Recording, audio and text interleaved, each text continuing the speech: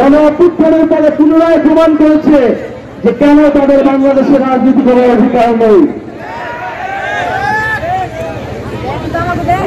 প্রিয় মানিকগঞ্জবাসী, গণ অভ্যুত্থানের পরে আমরা নতুন বন্দোবস্তের কথা বলেছিলাম, আমরা এখনো সেটাই বলছি।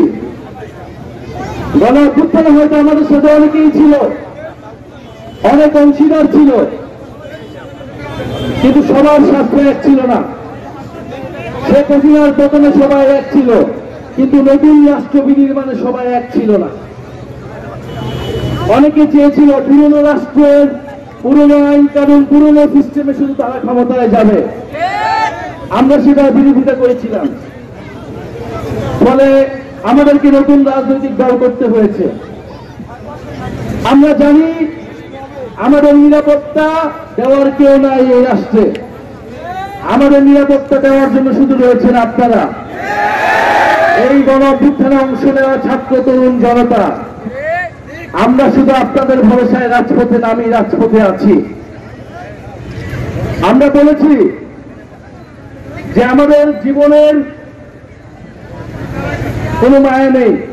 গণ অভ্যুত্থানের মধ্যে দিয়ে যখন আমরা দেখেছি আমাদের সামনে শহীদ হয়েছে আমাদের ভাইয়েরা, আমার বন্ধু গুলি খেয়েছে, আমার ভাইয়েরা আমার বোনেরা নির্যাতিত হয়েছে, শহীদ হয়েছে, যখন সেই শহীদ পরিবারের সামনে দাঁড়াই, যখন সেই শহীদের বাবা মায়ের সামনে দাঁড়াই, তখন মনে হয় যে এই জীবন দেশের জন্য উৎসর্গ করার জন্য আমরা বেঁচে রয়েছি। ফলে যারা আমাদেরকে ভয় দেখাতে চেয়েছিল গোপালগঞ্জে, তারা জানে না যে তাদের এই আক্রমণ আমাদেরকে আরো দ্বিগুণ ভাবে শক্তিশালী করেছে। এই প্রমাণ আমরা ফরিদপুরে দিয়েছি, এর প্রমাণ আমরা রাজবাড়িতে দিয়েছি, এর প্রমাণ আমরা এই রাত 10টার সময় মানিকগঞ্জে দিচ্ছি। মানিকগঞ্জ 2 ধাপ পিছিয়ে থাকে। আমরা সেই বন্দোবস্তের পরিবর্তন ঘটাতে চাই। মানিকগঞ্জবাসী কি আমাদের সাথে আছে? বেড়িবাঁধের দাবি রয়েছে, সেতুর দাবি রয়েছে, রাস্তাঘাট উন্নয়নের দাবি রয়েছে। আমরা বলছি না জাতীয় নাগরিক পার্টি 5 মাসের একটা রাজনৈতিক দল আপনার সব দাবি পূরণ করে দেবে।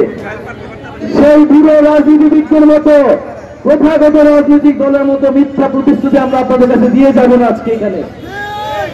আমরা শুধু বলতে এসেছি আমরা জানি আপনাদের সমস্যাগুলো কি, আমরা জানি আমাদের সমস্যা কি, বাংলাদেশের মানুষের সমস্যা কি। আমরা সেই মূল সমস্যাগুলো অ্যাড্রেস করছি। আমরা বলছি না গণ অভ্যুত্থানের পরে যে একটা নির্বাচন দিয়ে দেন 3 মাসের মধ্যে, 6 মাসের মধ্যে। আমরা বলছি নির্বাচন হতে হবে, কিন্তু সংস্কার লাগবে, বিচার লাগবে।